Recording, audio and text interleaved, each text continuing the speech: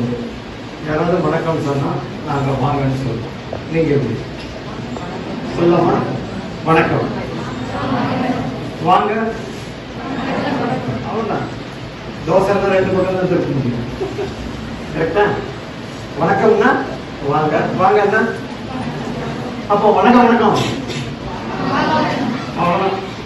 இதான் வாழ்க்கை. நமக்கு எதிரில் இருக்கிறவங்க என்ன சொல்றாங்களோ அதற்கு ஏற்ப நம்ம சரியான பதில் சொன்னா அவங்களோட தொடர்ந்து பேச முடியும்.